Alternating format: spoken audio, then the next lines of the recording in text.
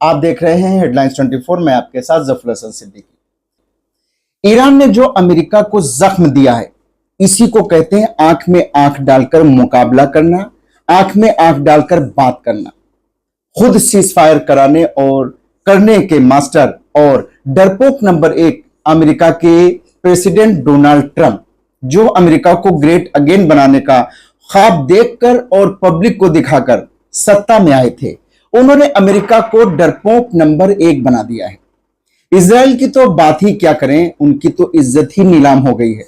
Israel वो देश जो अपने आप को तीसमार खां समझता था, तानाशाह समझता था, जो कहता था कि हमें कोई जीत नहीं सकता, हमारे पास दुनिया की सबसे बेहतरीन इंटेलिजेंस एजेंसी मोसाद है, बिन शेट है, हमारे पास सबसे अच्छा एयर डिफेंस सिस्टम आयरन डोम है, जो इजराइल पर कहीं से भी कोई भी हमला करे, एक भी मिसाइल इजराइल में गिर नहीं सकती। लेकिन इन सब चीजों का कचूमर निकल चुका है।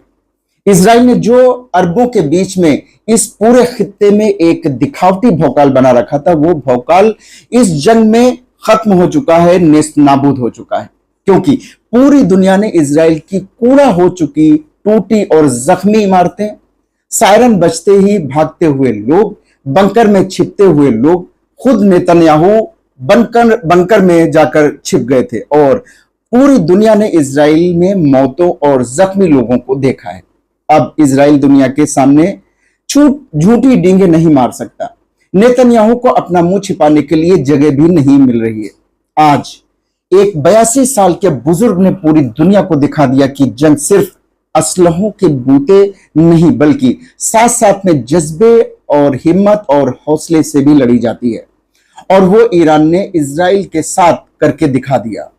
ईरान की हिम्मत की दाग इसलिए भी देनी पड़ती है क्योंकि उसके पास एटॉमिक पावर नहीं है, एटॉमिक वॉरहेड्स नहीं है, लेकिन इजराइल के पास ये सब कुछ है।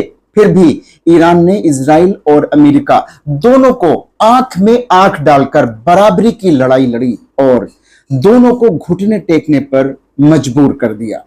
अमेरिका के पिछलग्गू भेड़ चाल चलने वाले वेस्टर्न कंट्रीज का तो कहना ही क्या, ये तो अमेरिका के गुलाम जैसे लगते हैं।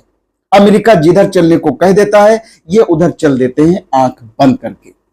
ये कहने की वजह भी है क्योंकि जब अमेरिका ने कहा कि सद्दाम हुसैन के पास WMD यानी कि वेपन्स ऑफ मास डिस्ट्रक्शन हैं, और पूरी वेस्टर्न कंट्रीज ने मान लिया और ये अमेरिका के साथ आंखें बंद करके इराक पर हमला करने चल दिए।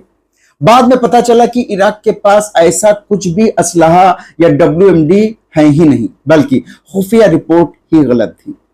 ये बात तो उस टाइम के ब्रिटिश PM टोनी ब्लेयर ने पब्लिकली एक्सेप्ट की थी। बताइए, ये वेस्टर्न कंट्रीज एशियन कंट्रीज के लिए ऐसी साजिशें रचते हैं। अमेरिका और वेस्टर्न कंट्रीज सबसे पहले किसी भी एशियन कंट्री को एक ड्रैकुला की तरह पेश करते हैं और दुनिया के सामने, और फिर ये कहते हैं कि ये देश पूरी दुनिया और खित्ते के लिए खतरा है, और फिर ये सब मिलकर उस देश पर हमला करते हैं और मिल बांटकर लूट लेते हैं और वहां पर अपने एयरबेस बनाते हैं ताकि पूरी दुनिया पर हुकूमत की जा सके। इन वेस्टर्न ताकतों के सामने हिम्मत दिखाने वाली एशियन कंट्रीज भी रही हैं, जिनमें चाहे वो इराक हो, अफगानिस्तान हो, जिसने अमेरिका और उसके पिछलग्गुओं को मार मार कर अफगानिस्तान से भगा दिया, और चाहे लीबिया हो। इन देशों ने हिम्मत दिखाई और अब ईरान ने इजराइल और अमेरिका दोनों को घुटने टेकने पर मजबूर कर दिया। आखिर एशियाई और अफ्रीकन देश, या यूं कहें साउथ ब्लॉक भी कह सकते हैं, ये देश आजाद होकर भी वेस्टर्न कंट्रीज की साजिशों का कब तक शिकार होते रहेंगे।